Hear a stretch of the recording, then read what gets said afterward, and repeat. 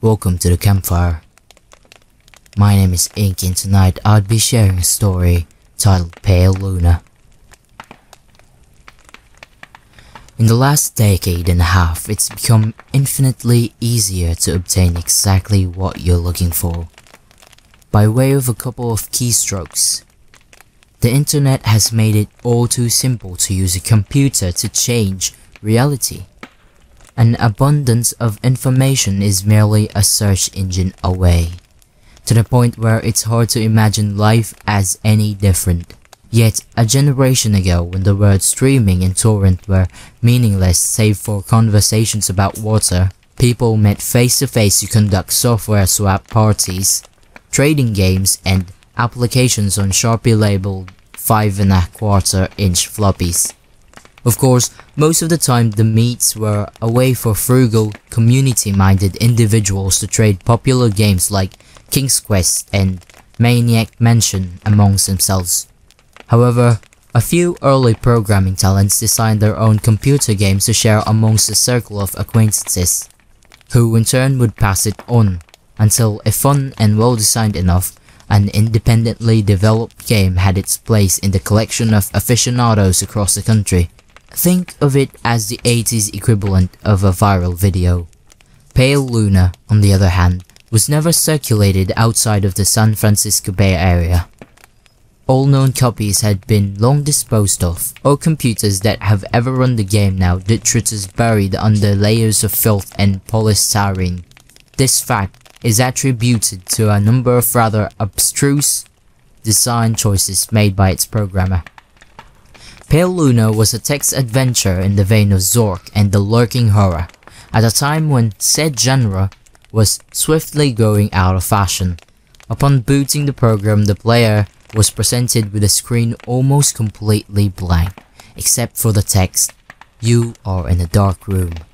Moonlight shines through the window. There is gold in the corner, along with a shovel and a rope. There is a door to the east. Command."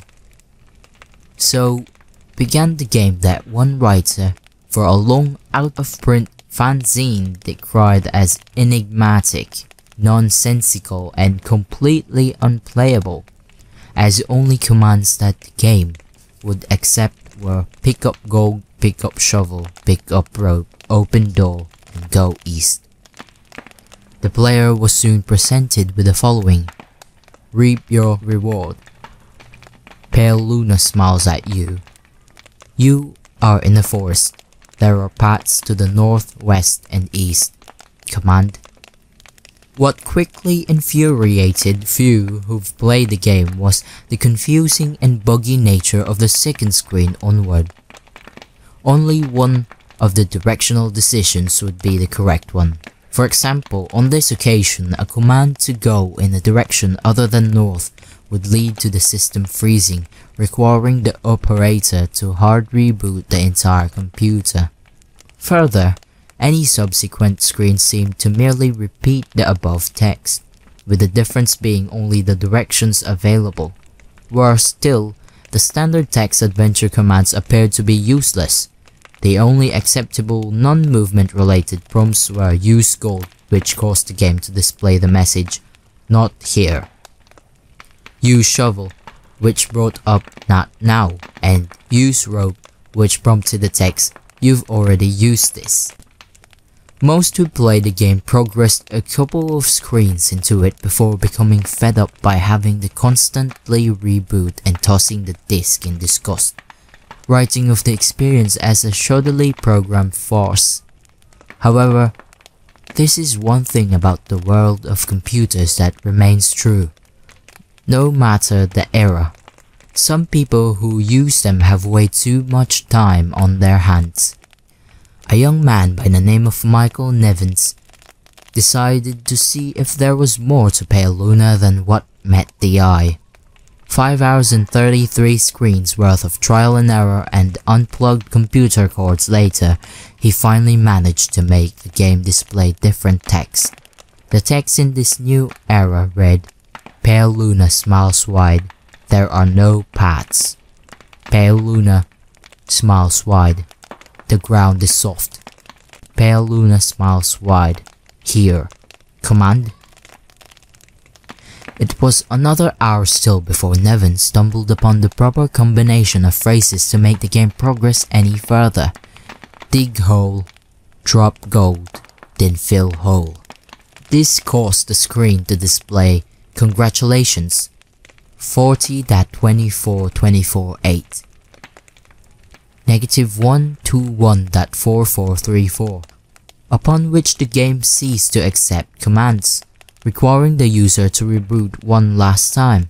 After some deliberation, Nevins came to the conclusion that the numbers referred to lines of latitude and longitude. The coordinates led to a point in the sprawling forest that dominated the nearby Lesson Volcanic Park, as he possessed much more free time than sense. Nevins vowed to see Pale Luna through to its ending. The next day, armed with a map, compass and a shovel, he navigated the park's trails, noting with amusement how each turn he made corresponded roughly to those that he took in-game, though he initially regretted bringing the cumbersome digging tool on a mere hunch.